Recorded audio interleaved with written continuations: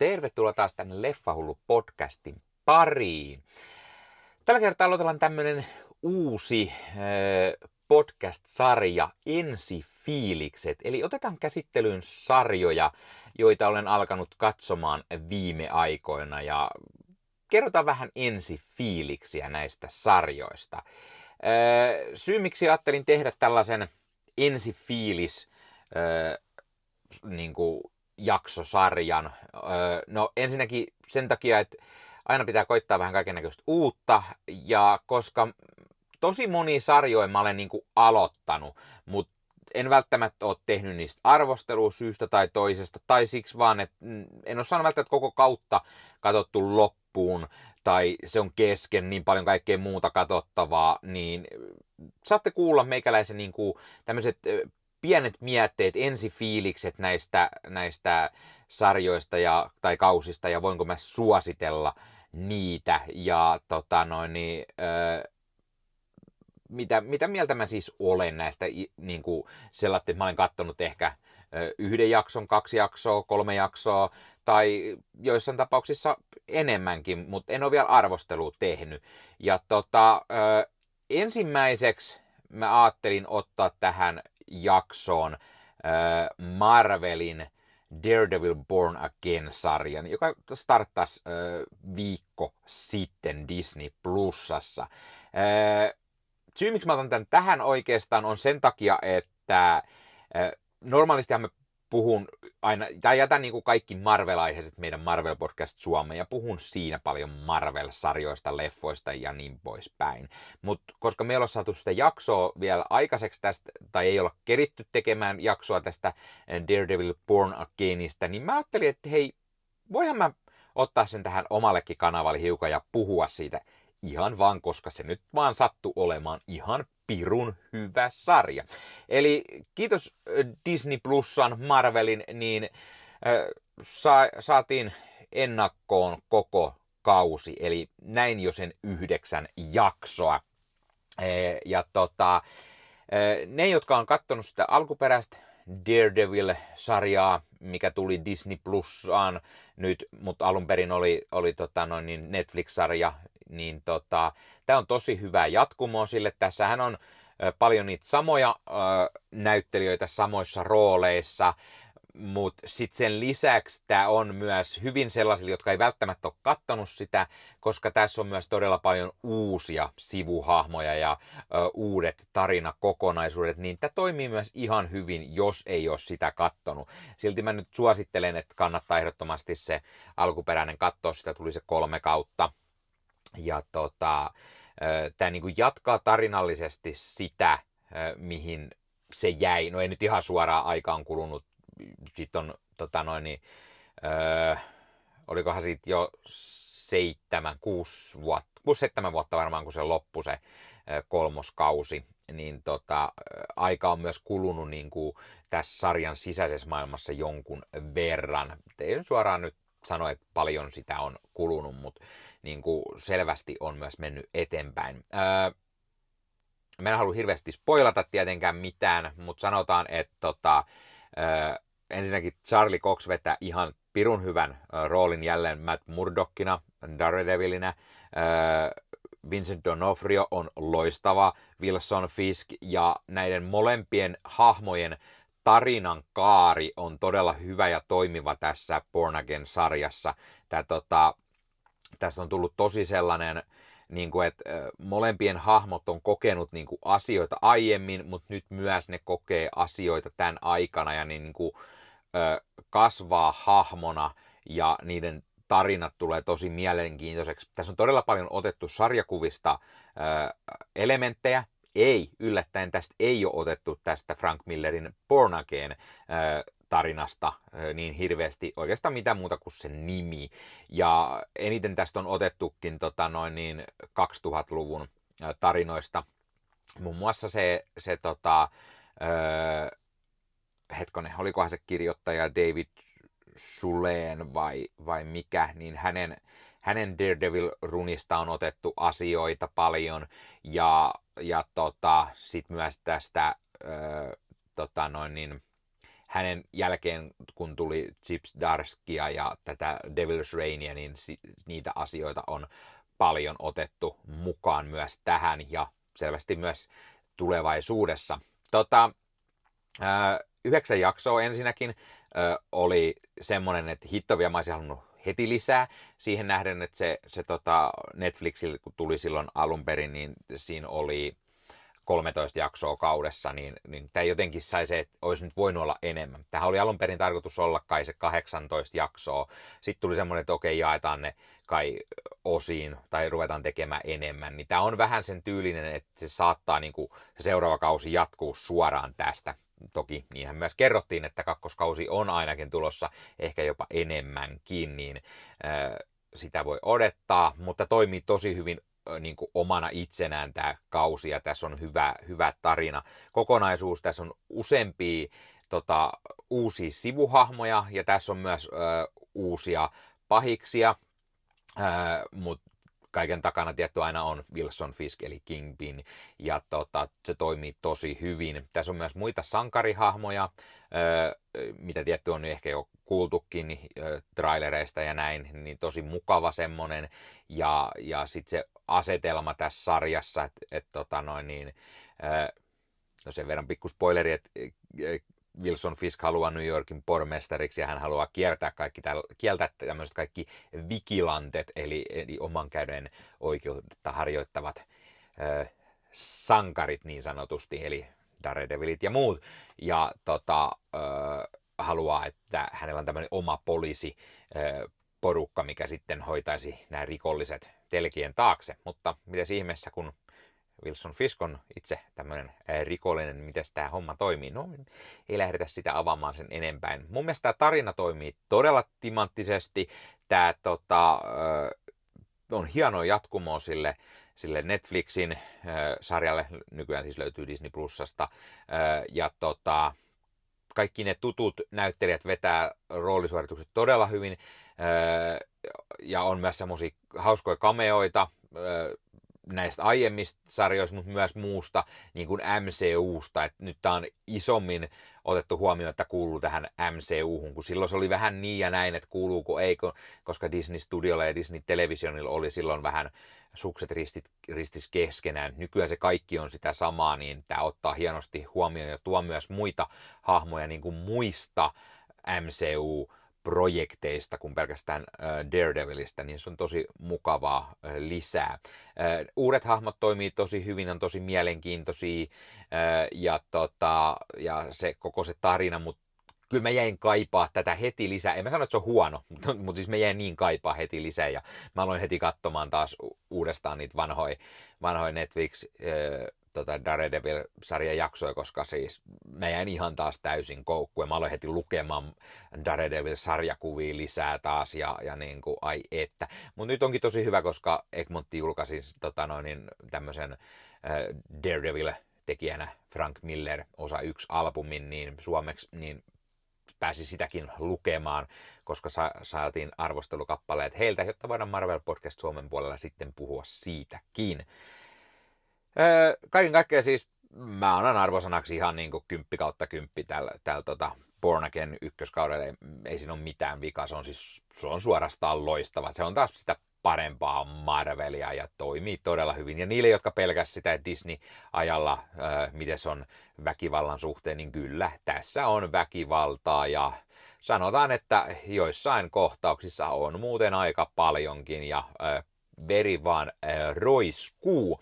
Eli ei hätää ne, jotka pelkää, että Disney vesittäisi tätä sitten liikaa. Ja isommat mietteet mä sitten kerron, tai me kerrotaan meidän Marvel Podcast Suomen puolella, kun tehdään sitten jaksoa tästä. No sitten mä ajattelin, että mä otan pikkusen mietteitä tästä kotimaisesta konfliktisarjasta, joka tosiaan on MTVn tuotantoa ja löytyy tuolta katsomon puolelta. Mä en ole hetken katsonut oikeastaan niin kuin kotimaisia sarjoja, mutta tässä on yllättävän paljon kehua ja hypetystä, joten mä päätin katsoa sen. Ja koska siinä oli myös aina loistava Peter Frantzen mukana ja ohjaajana Aku Louhimies, niin mitä muuta se sitten vaati. Ja sen takia mä tämän katoin, plus sit se, että se sai tosi paljon hypetystä osakseen. Ja mä katoin sen koko kauden, tai sarjan, tämä on minisarja ainakin toistaiseksi, voi olla, että jatkoakin tulee, jos hyvin menestyy, ja tähän menestyi, niin kattelin konfliktia siis. Tässä sarjassa, tässä oli hauska se, tai niin kuin ideana sellainen tosi mielenkiintoinen, että mitä jos Suomeen hyökätään? Ja vastas onkin vaan tämmöiset armeijan niin kuin kokelaat, jotka on jossain puolustusharjoituksissa Hankoniemessä, ja sitten viholliset hyökkää sinne ja ne eristää sen koko Hankoniemen. Ja Tämä ensinnäkin, tässä tulee tosi paljon mieleen se, että kun tässä niinku arvutellaan heti, että onko vihollinen niinku venäläiset, niin tulee tosi pelottava niinku ajankohtaisesti, kun miettii, missä tilanteessa tällä hetkellä ollaan maailman kanssa. Ja se teki tässä niinku tosi mielenkiintoisen ja tosi tämmöisen ehkä vähän pelottavankin siinä mielessä. Sitten sen lisäksi tässä on mukaan Peter Frantzen, joka on siis tämmöinen kovan luokan äijä. Hän on joku Afganistanissakin taistellut kapteeni.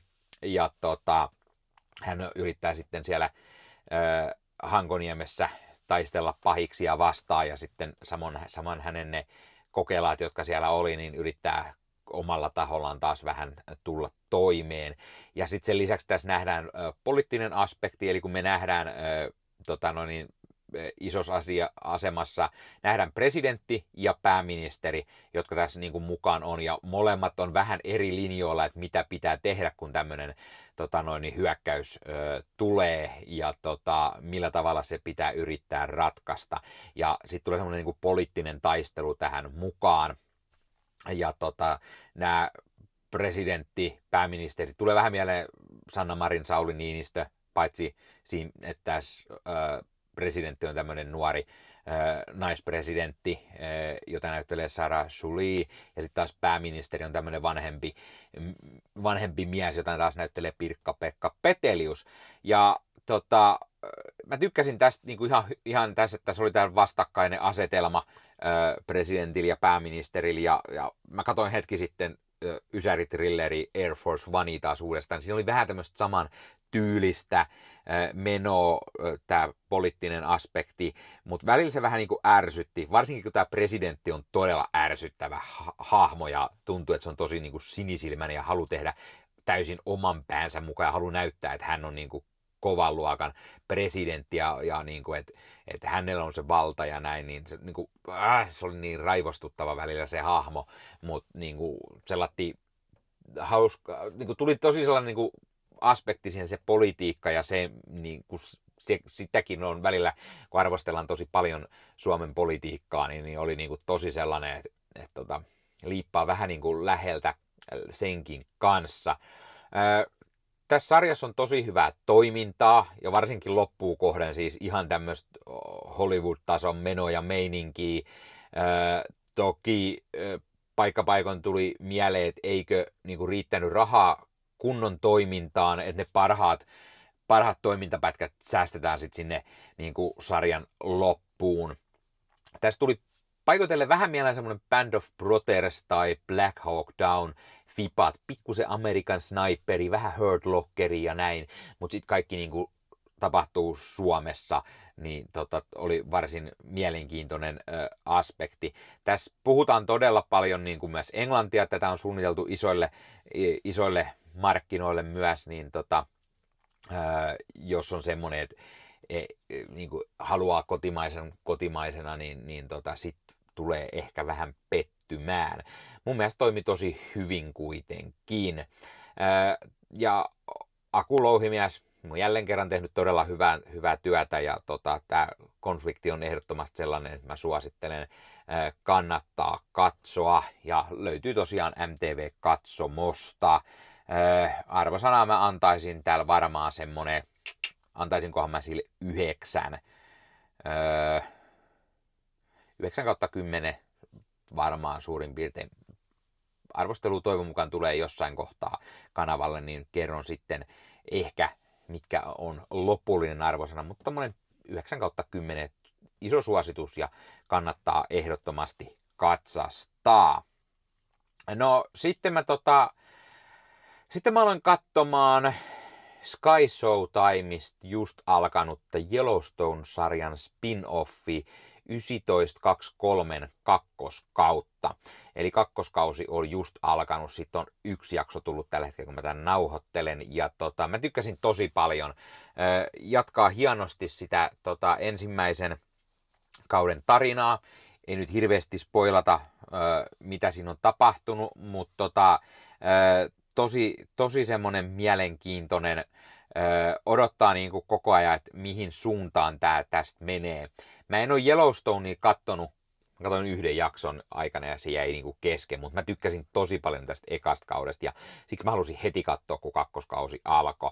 Ja tässä jatkuu se sama, mikä ekallakin kaudella. Harrison Ford on uskomaton roolissaan Jacob Duttonina ja Helen Mirren hänen vaimonaan Cara Duttonina, joka on niinku tää niinku pääpariskunta tai niinku tää Duttonien suvun se pää, ja he toimii todella hyvin, mutta niin myös Brandon Sklenar, joka näyttelee tätä Spencer Duttonia, toimii todella mielenkiintoisesti. Kaikki ne jutut, mitä tällä hahmolla tapahtuu, niin ne on todella niin kuin mielenkiintoisia ja toimii hyvin ja jatkaa mielenkiintoisesti sitä tarinaa ekalta kaudelta, ja tämä hahmo on matkalla kotiin, niin sitä odottaa, että pääseekö hän sinne ja auttamaan niin kuin perhettään hädässä. Jerome Flynnin hahmo Banner Creighton toimii todella hyvin. Mukava aina nähdä häntä. Sitten niin kuin Sebastian Roche, joka näyttää tämmöistä isä Renaultia, tämmöinen vähän veemäisempi pappismies, joka jahtaa tällaista intiaanityttöä ja on niin kuin tosi mielenkiintoinen ja toimii tosi hyvin toki vähän ehkä pienemmässä roolissa, mutta sitten tämä Aminah Nieves, joka näyttelee tätä Theona Rainwateria, tätä intiaanityttöä, vetää tosi hyvän roolin, ja hänellä oli tosi kaamea tarinankaari niin kuin ykköskaudessa, niin nyt alkaa niin kuin, hän alkaa pääsemään taas takaisin niin sanotusti elämän pariin, ja niin kuin, tämä hahmo kasvaa niin kuin mielenkiintoiseksi ja tulee niin kuin isompaan rooliin. Timothy Dalton, joka on yksi tämän sarjan pahiksista, Donald Whitfield, toimii niin kuin tosi hyvin. Niin kuin Dalton on just semmoinen oikein häikäilevä, veemäinen pahis tässä. Toimii tosi hienosti. Sitten täällä on niin kuin Robert Patrick, joka näyttelee seriffiä, toimii myös todella hyvin pikkuroolissa. Ja siis tämä on tosi mielenkiintoinen tämä 1900-luvun 1900-luvun alun, eli 1920-luvun, niin tämmöinen niin kuin, on kieltolakia ja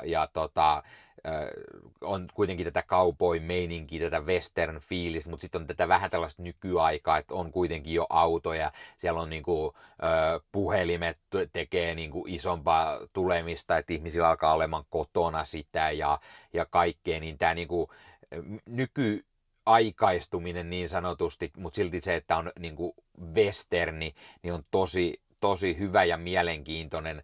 Tässä on tässä on isompi tarina, mutta sitten tässä on myös paljon pienempiä tarinoja, niillä sivuhahmoilla on tosi hyviä tarinoja, niin ne on todella mielenkiintoisia, ne on todella hyvin näyteltyä ne roolihahmot, ja siis mä olin ihan myyty pelkästään silloin sen takia, että tässä on Harrison Ford ja Helen Mirren mukana, niin ne oli ne, että mä halusin tätä katsoa, ja ne oli ne ekan kauden ehdottomasti parhaimmistoa, ja niin myös on tässä kakkoskauden alussa. Mä suosittelen todella paljon. Löytyy siis Sky Showtimeista, ja mä ykköskaudella, mahdoinkohan mä antaa arvosanaksi jonkun 9/10 tai jotain, niin kyllä tämä jatkaa ihan täysin samaa meininkiä, ja mä odotan innolla, että tulee lisää. Sitten sitten mä kattelin Netflixistä tällaista minisarjaa kuin Zero Day. Tämä kiinnosti mua itteeni sen takia, että tässä on Robert De Niro pääroolissa. Robert De Niro ei ole ennemmin niin kuin TVn puolella tehnyt varmaan mitään, vaan hän on niin kuin aina ollut elokuvan näyttelijä.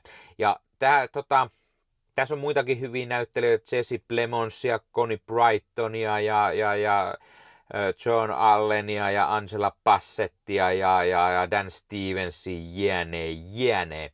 Ja tarina tässä sarjassa on siis sellainen, että Yhdysvallat kokee tällaisen kyberhyökkäyksen, jossa kaikki sähkölaitteet katkee minuutiksi ja se aiheuttaa sitten kaaosta, koska silloin myös junista menee sähköt lentokoneesta ja tulee onnettomuuksia ja niin poispäin ja liikennevalot ei toimi ja niin poispäin. Ja sitten Robert De Niron hahmo George Mullen on tämmöinen ex-presidentti, joka pyydetään, että voisiko hän tehdä tämmöisen, tai niin kuin hän saa tehtäväkseen perustaa tällaisen komission, mikä alkaa sitten tutkimaan ja selvittämään tätä niin kuin hyökkäystä ja yrittää saada selville, että ketä sen takana on. Siinäkin taas yllätys epäillään, että onko siellä venäläiset sen takana. Ja tulee hyvin myös se niin kuin nykytilanne Yhdysvalloissa ja kirjeet välitetty Venäjää ja näin. Ja sitten tämä ex-presidentti alkaa sitä tutkia, mutta sitten alkaa heti tulee se semmoinen, että onko kaverilla kaikki välttämättä kondiksessa, vai alkaako tulee vanhuusiän jotain dementiaa tai jotain, mutta sitten sen lisäksi aletaan niinku näyttämään, että hän niinku epäilee, että siinäkin saattaa olla joku niinku takana, että hän niinku pääkoppa ei ihan toimi. Eli tämä on tämmöinen kunnon salaliitto, teoria, poliittinen draama, thrilleri. Ja tämä oli tosi mielenkiintoinen ja niin kuin, mä olin heti koukus. Mä en ole ehtinyt katsomaan kuin vasta muutaman jakson. Mun niiden perusteella tämä on ehdottomasti semmoinen, että mä kyllä suosittelen, kannattaa katsoa. Jos tykkää poliittisista thrillereistä, niin ehdottomasti. Jos tykkää Robert De Nirosta, niin se on heti hyvä syy katsoa, mutta tässä on muutenkin Jesse Plemonsin hahmo, Roger Carlson, joka on tämmöinen presidentin vähän niin kuin oikea käsi, tekee oikeastaan ihan mitä vaan, siis tällä ex-presidentillä, ja auttaa tätä kaiken näköisissä. Connie Brighton, joka on tämmöinen entinen tämän ex-presidentin tämmöinen, sanotaanko siinä, onko se joku PR-nainen, tai tämmöinen niin kuin varapresidentti tai tämmöinen, joka on niin kuin auttamassa myös, se toimii tosi hyvin. Ja Joan Allen, joka näyttelee tätä De Niron hahmon vaimoa, mielenkiintoinen lisä. Ja sitten tämä Dan Stevensin hahmo, tämmöinen Evan Green, joka on, hänellä on tämmöinen oma onko se YouTube-kanava, vai oliko se ihan normaali TVn puolelle, mutta siis tämmöinen, missä hän puhuu paljon niin kuin politiikkaa ja maailmantilanteisiin liittyviä asioita, mutta kun on tämmöinen salaliittoteoreetikko ja hänen kanavansa on just semmoinen, paljon puhutaan salaliitoista ja muuta, niin toimii myös tosi mielenkiintoisesti ja mä odotan tosi kiinnostuneena, että mihin suuntaan tämä sarja tästä etenee. Tämän sarjan oli luonut Eric Newman, joka on myös kirjoitellut tätä. Hän on luonut sen yhdessä Noah Oppenheimin kanssa ja olisiko Michael Smithkin myös mukana ollut tätä sarjaa tai minisarjaa luomassa. Ja tästä tuli tosi hyvät fiilikset. En osaa nyt suoraan sanoa ehkä niin kuin, mitä lopullista arvosanoa niiden muutaman jakson perusteella, niin kyllä mä ainakin tämän niin kuin 8,5 annan ehdottomasti arvosanaksi, että niin kuin, kyllä ehdottomasti iso suositus ja kannattaa käydä vilkaisemassa Netflixistä, että millainen tämä on.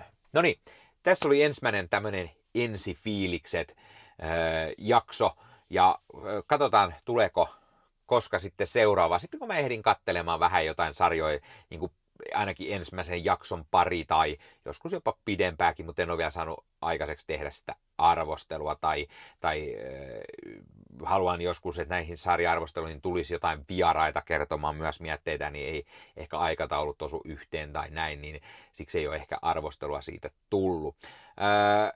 Laita kommentteja. Ensinnäkin, että oletko sä itse katsellut näitä Daredevil Born Againia tai tätä 1923 Zero Date-konflikti. Onko katsellut niitä? Mitä mieltä sä olet niistä? Tai oliko tämä semmoinen, että sua alkoi kiinnostamaan ja haluat ehdottomasti katsastaa, että okei, millaisia sarjoja nämä on? Ja kerro ihmeessä, jos on jotain sellaisia, mitä sarjoja mun kannattaisi katsella. Mä oon tosiaan katsellut viime aikoina vähän huonosti, että mikä on se semmoinen, mikä on sulle tällä hetkellä se sarja, mitä sä tykkäät tosi paljon, että mitä kannattaisi katsella. Ainakin sellainen, että mä voisin katsella siitä jakson pari ja kertoa sitten vähän niin kuin ensifiiliksi, että mitä mieltä olin. Ja jos on niin kuin oikein koukuttavaa, niin totta kai katsoo sitten lisää ja kertoo sitten mietteensä koko kaudesta. Ja hei, jos katsot YouTuben puolelta, niin pistä peukkuun, jos pistä kanavatilauksen muistokellosta päälle. Näitä aina, koska tulee uusia videoita ja sen lisäksi ottaa kanava kasvamaan. Eli kiitos kaikille, jotka olette kanavan tilanneet. YouTuben puolella siellä on jäsenyydet, superominaisuudet päälle. Sieltä voi jäsenet tulla kanavan jäseniksi ja sieltä saa erikoismainintaa esimerkiksi tohon nimen, kun on kanavan jäsen ja sit saa erinäköisiä hyviä asioita. Näkee ennakkoonkin. Esimerkiksi tämänkin on nähnyt varmasti jo aikaisemmin, jos on kanavan jäsen, tämän videon sieltä ja muita videoita tulee. Esimerkiksi täällä on paljon tällä leffahuoneessa kaiken näköistä, mistä on tulossa lähiaikoina varmasti video, niin niitäkin näkee sitten ennakkoon, kun on kanavan jäsen. Joskus tulee jopa pelkästään jäsenille tarkoitettuja videoita. Ja sen lisäksi on kaikki korostettuja vastauksia ja tila- tämmöisiä merkkejä ja muuta kaikki. Kyllä te tiedätte YouTube-juttut. 0,99 € kuussa tai 2,99 € kuussa, niillä saa erinäköisiä asioita, kun tilailee tai on kanavan jäsen. Ja niitä supertykkäyksiä, superkommentteja, kaikkea voi laittaa, niin siitä tulee muutamat kymmenet sentit sitten tähänkin suuntaan. Eli kiitos kaikille, jotka olette niitä laittaneet. Ottakaa Leffahullu somekanavat haltuun, Instagrami, TikTokki, Facebook-sivusto, jäne.